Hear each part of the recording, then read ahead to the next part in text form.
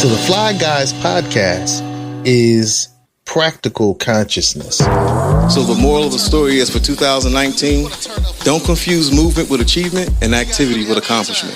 Understand when food is directly in your midst, recognize it and go after it. I'm Warren Horton. I'm a corporate strategist, and if I could be of any need of service, please contact me. Stay fly, stay fly, stay fly, stay fly, stay fly. You're listening to The Fly Guy Show. They do everything on the fly and in such a fly manner. Stay fly, stay fly, stay fly, stay fly. After all that party. The views expressed on the Fly Guy podcast by the guests of the Fly Guy podcast are only the views of the guests, unless we say we agree. Unless explicitly stated. All right, it's your man DJ Seiko Varner and the lovely Chandel Jackson. Good stuff. Welcome to the Sankofa. We do this the third Thursday of every month now. Third Thursday of every month. All right, here in the Hampton Roads area, we make sure we get a chance to network with some great people. Make sure that all the great businesses in Hampton Roads get a little spotlight, a little shine. Testing. All right, so I have the pleasure of introducing Mr. Warren Horton. Mr. Horton started off 20 years ago providing services for as a vendor for Cox, successful vendor for Cox. But before that, his inspiration for starting this business, he's born and raised in Norfolk, is that correct? Virginia Beach. I'm sorry, I missed that memo. He's one of three siblings who all had an opportunity to go to college, but Mr. Horton had a different inspiration, I would say, or drive.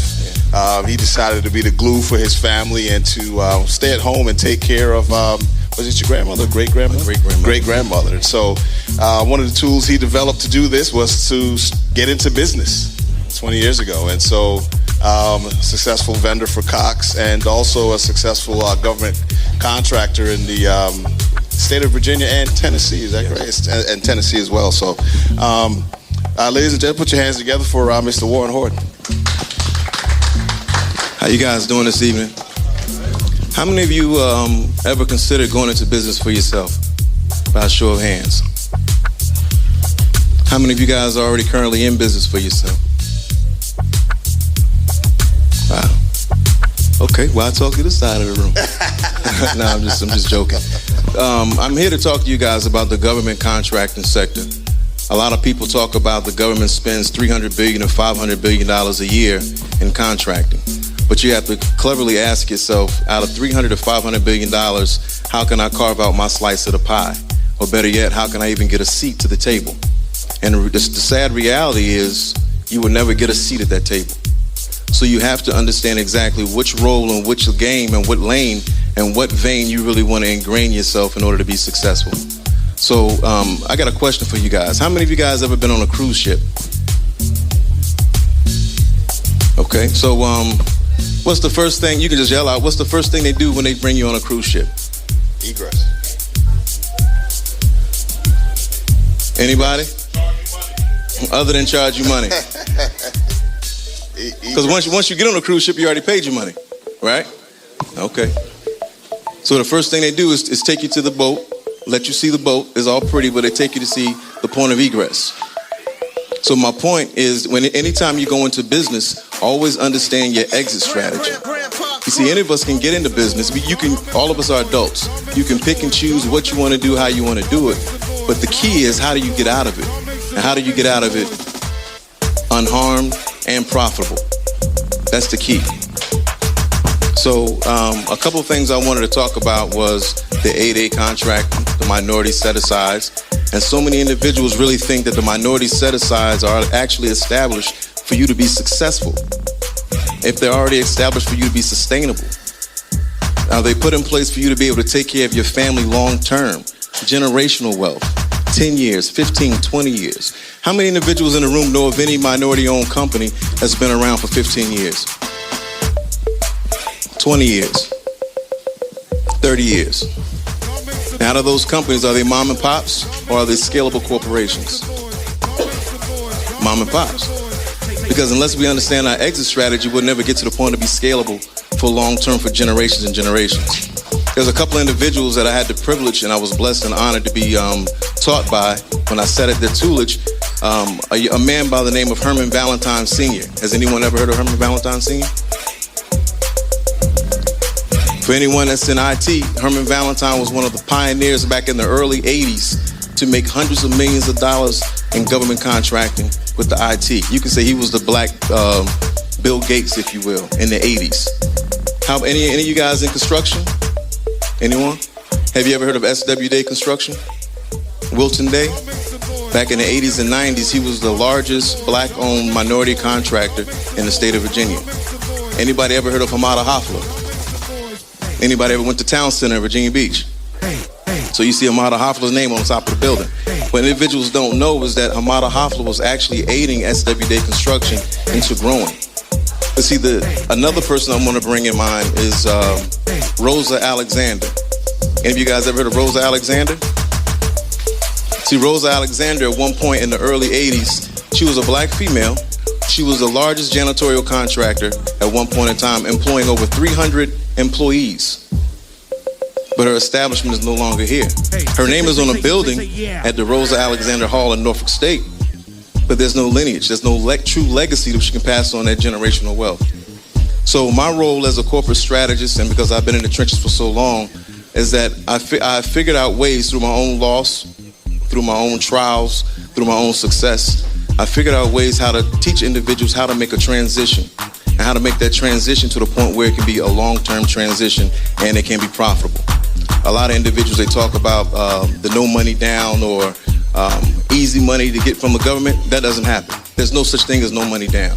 You got to have gas to make the vehicle move.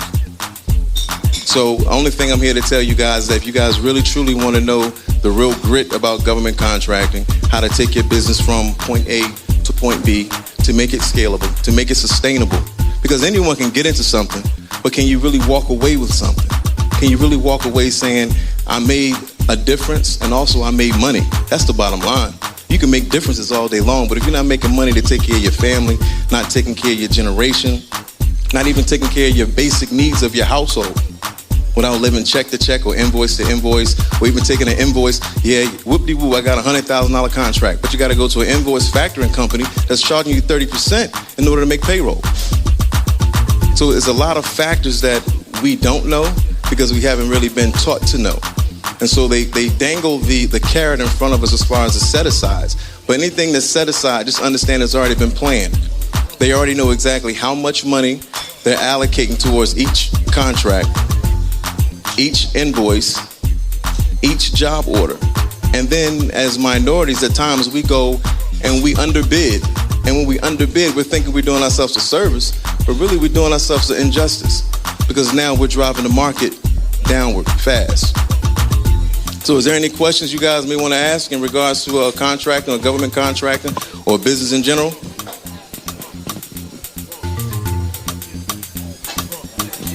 So everybody is happy and satisfied with their current employment or financial status? Can anybody use more? Does anybody want more? We have a question in the back. Okay. Bert, give him the mic. Give the person the mic.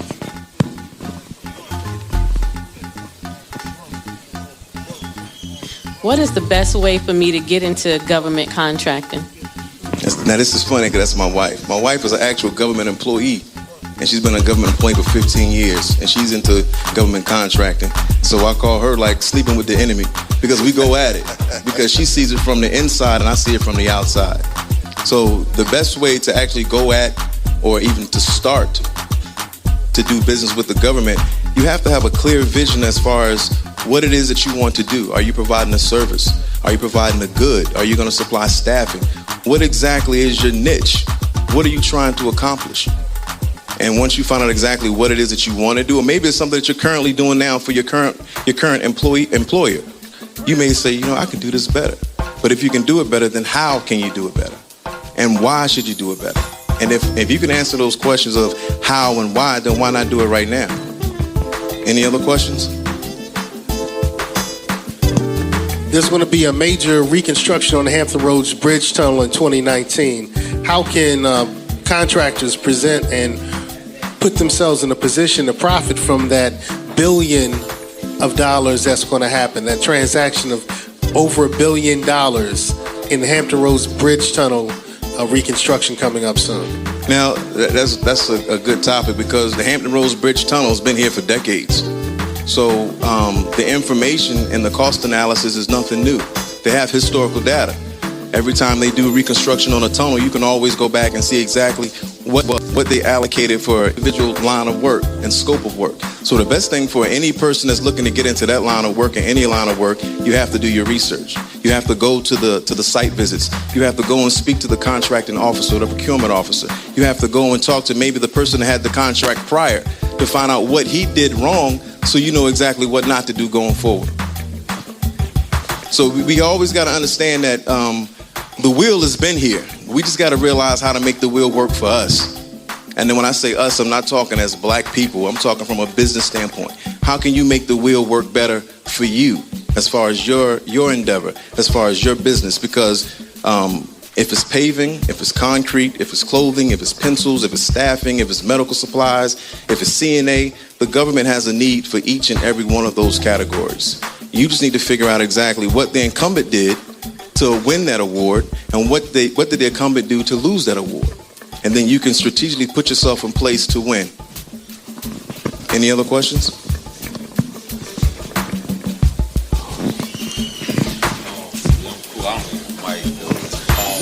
We need the mic for the recording. We need the mic for the recording. So I was wondering if there's value in like burgeoning technologies as far as government contracts are concerned. So like renewable energies, we know that, or from my understanding, the government is not into that so much yet. Do you think that there's value in trying to introduce new technologies as far as how it pertains to government contracts? Oh, absolutely. It's something that I just learned not too long ago because I spent a lot of money doing my research within the internal government. See, a lot of people have a false conception that there's no such thing as sole sourcing. See, the government will pay you major money for your concept. The gentleman here, he may have a concept, I think I can make this better. You can actually pitch that concept to the government and they will actually pay you to do research and development. That's called a SBIR. And then once you are awarded a SBIR, you automatically get a sole source, which means they have to go directly to you first. If any, I ain't want to talk over the interference, but they give you a direct sole source if that line item becomes open for solicitation. And as far as renewable energy, if you come up with the concept, like I met a young lady at one of the conferences. Her company, she was 22 years old. They were awarded an SBIR for like $2 million. And you'll never guess exactly what the award was for. They had a contract with NASA, and they were trying to determine how to transport drinking water on the spaceships to NASA. And just because of her concept, they paid her like $2 million to do research and development. Regardless if it worked or not, it's the fact of the matter that they can say we've spent $2 million on research for NASA. Any other questions? Somebody got to have a question. Y'all let me put on my good suit to come out to the quiet room? Right here. Okay, Warren. all right. Okay. So it sounds like one of the reoccurring things I've heard you say is that there were points in your life where you had coaches and mentors that kind of got you from a certain point that you had gotten to the next stage. Is that a product? I mean, is that a service that you render to the to people that are looking to navigate the treacherous waters of government contracting? Oh, absolutely, because we all need a guide. Because none of us have ever been where we are. Even a young lady here in the corner. How old are you, young lady? 9. She's her first time being 9. My daughter over here is 12. She's been 9 before. So she can talk to her about being 9. She can let her know what pitfalls may come up in whatever grade she's in. Or even dealing with her bullies at that particular age. So in business, you always need a guide. We can never know it all. No matter how we may think we may know it all, or we can make it all, have big grandiose ideas, but the reality is nothing is new. And any idea that we already may have, or idea that we may think of, someone else already had that idea. It's good stuff. Thank you. Is it okay to take on a huge contract without having enough employees going into the contract? Well, I mean, I think you pretty much answered that yourself. Is it okay to take on a huge contract when you don't have enough employees to handle the contract? When you really play it back in your mind, you're putting yourself in a situation where you're losing coming into the gate. And so for any young person or any young business going into business, and this is from experience, they can dangle the $100,000, $2 million, $3 million contract in front of you. But if you don't have the liquid resources, or if you don't have the resources to finish the job, then you're losing going into the gate. Because how are you going to make your payroll? What if your invoice is in arbitration? Or what if, when it's time to be paid, what if they delay paying? So now you go from a 30-day net to a 45-day net, and 60-day. You think your employees are going to hold out for 45 days before you can pay them? Or your vendors or your suppliers? So you want to make sure that you're in a position financially that you can carry that contract. Any other questions? You look smart. What kind of question you got? You. I know you got a question. What kind of question you got? It don't matter. No better time than right now.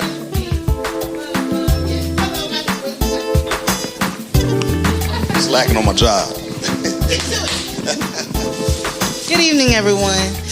My name is Sonia Phillips, and my brand is Stretch Couture. I make custom clothing and costumes, and I'm looking forward to being relevant in the global market. Right now, I'm just trying to find the best way to move from behind the sewing machine into mass production and, getting sponsors and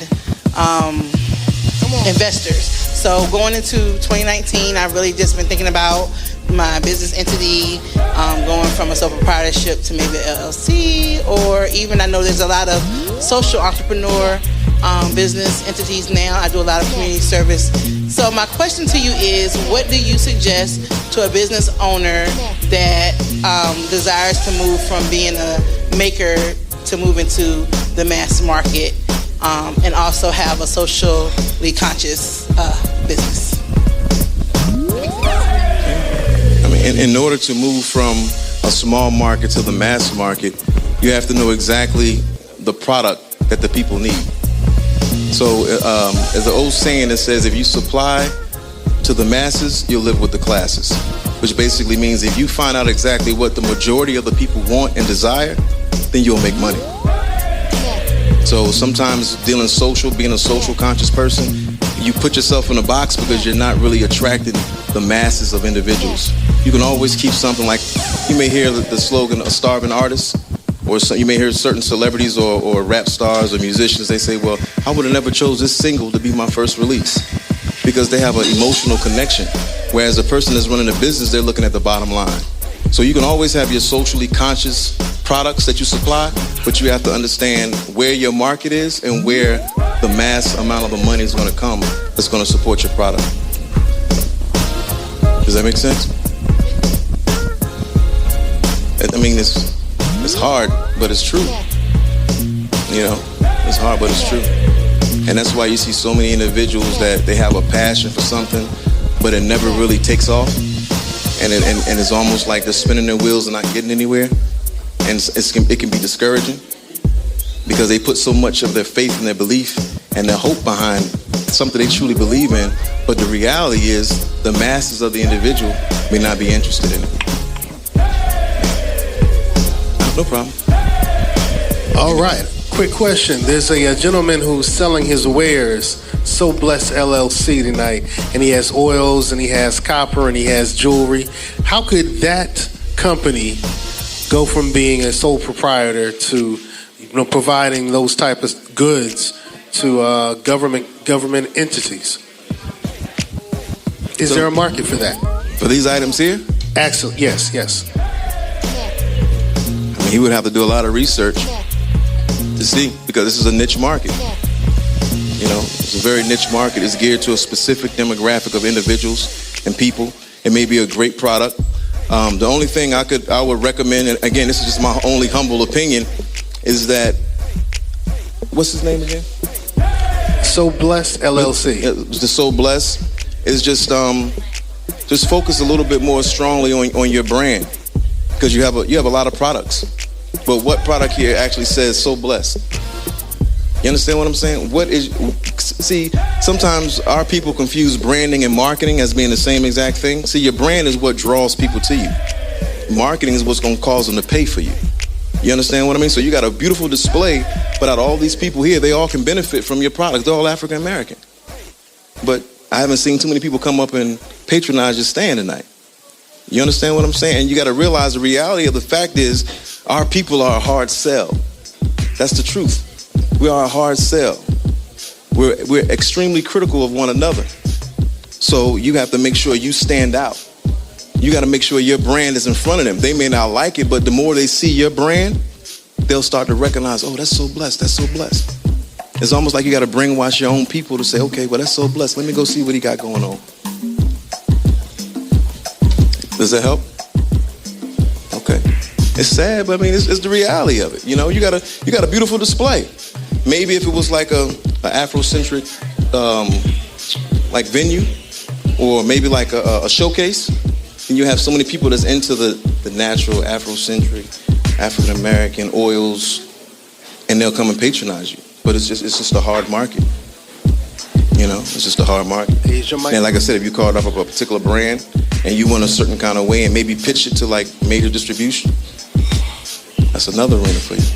But as far as the government, I really don't see the government having a need for it. Not to say you may come up with a whole different line under So Blessed and supply it to the government, because they still use soap, they still use shampoo for the troops. So you may come up with something that's all natural and organic, and they're looking for that. Any other questions? Yes.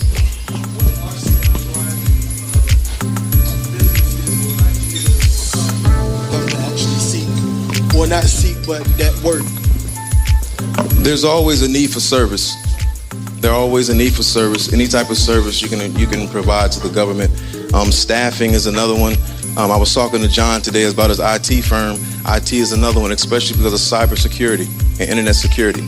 It's always a good field. Anything dealing with cutting edge technology, the government is always willing and ready to spend money on that. And then a lot of times in the cutting technology edge, there's not a lot of historical data that can support your bid. So if you're a good salesman, you can go in and pitch your idea and your concept and show them why, for future reference, it will be best for them to spend an additional $100,000 or $200,000, then they'll pay it. Anyone else? Real estate? Oh, well, the government, even on the state level, I mean, they're huge in real estate. They all need offices, agencies. So if you go and search the solicitations on the real estate, depending on the NICS code, you'll see exactly how many agencies are looking for real estate, for rental.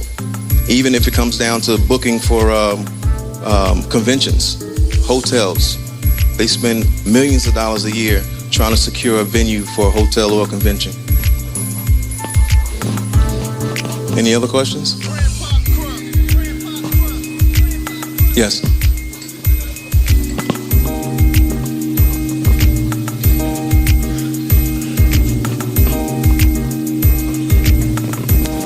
Is it a good idea to keep the contract and work local or go out of Virginia? Well, that's a good question. It all depends on what you're doing. It all depends exactly what type of service you provide. Because services that you may provide here in Hampton Roads may not be where the contract is located. A lot of times the contract can be closer to DC.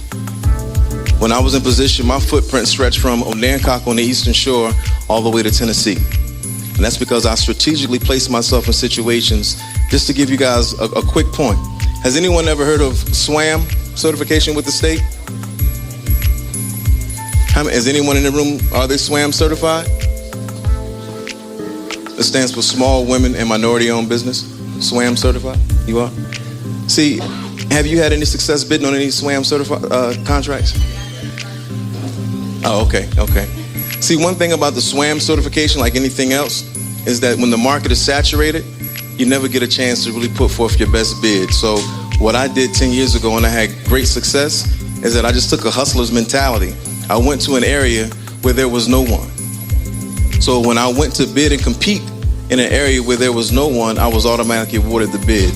And I set a goal of 5 contracts, 5 turned to 10, 10 turned to 15, 15 turned to 30, 30 turned to 45 in 1 year. So it's all about strategically placing yourself where the need is. In Hampton Roads, you can see SWAM certified. If you're SWAM certified, you go and bid on a contract, you may see 500 people in the room. And everybody's trying to outbid one another. But on the rural part of Virginia, in the mountains, there are hardly any minorities is bidding on those contracts. So you got to be willing to venture out and take the risk. Any other questions? Yes. Hello again, Sonia Phillips from Stretch Couture. So one of the things that I heard the gentleman over here ask about, what types of businesses could they use. I went to a conference, and one of the things that the young lady mentioned was sometimes there are subcontractors or whatever. So somebody like me, my business is sewing and fashion, but I can maybe seek out someone that has a contract that needs to maybe have a women's conference, for example. What advice or resources do you have for someone like me, or even for So Blessed, to be able to connect to contracts that might be able to hire us, someone that's not SWAM certified, or someone that has a business that is a niche market? Okay. But that's a good point. But see, getting your SWAM certification or your DBE or your service-disabled veteran, that all goes as like a feather in your hat. Because now when you go to these larger corporations, you bring those certifications with you, and the majority of the time, these large corporations, they can't qualify for those certifications. So now what happens when they bid on the contracts is a point system. So when they show that they already have someone on board that's SWAM certified or DBE, they get a higher point system. So 9 times out of 10, they're more enthused as far as working with you. Even if you may not have the resources to do the work, they'll still subcontract it out with you and do like a joint venture. Now, I was just thinking about, what's the name of your company again?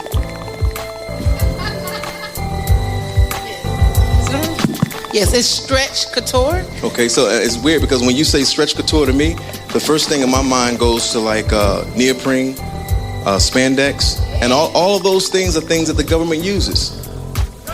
You understand what I'm saying? So when you say Stretch Couture, do deep research to find out exactly what the government is using. And then you can tailor that to fit a need for the government.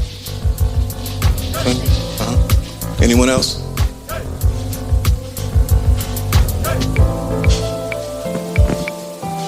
I hope I was able to answer some questions you guys may have.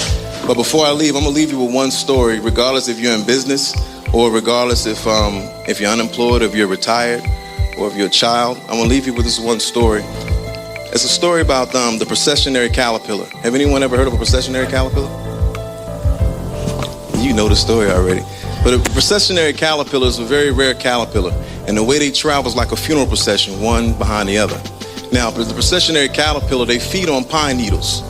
So it was a demonstration that was done.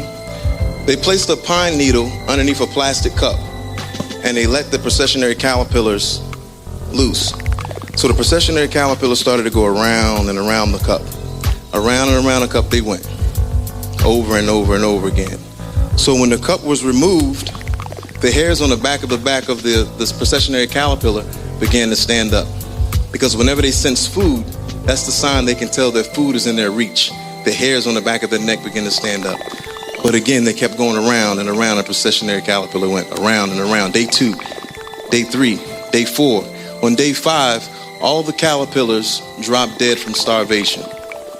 So the moral of the story is for 2019, don't confuse movement with achievement and activity with accomplishment. Understand when food is directly in your midst, recognize it and go after it. I'm Warren Horton. I'm a corporate strategist, and if I could be of any need of service, stay fly, stay fly, stay fly.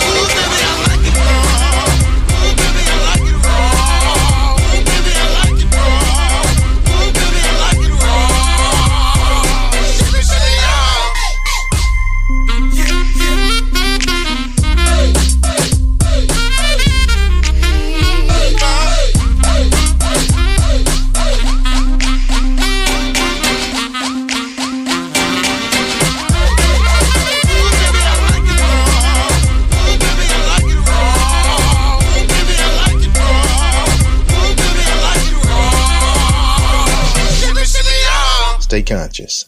Stay fly.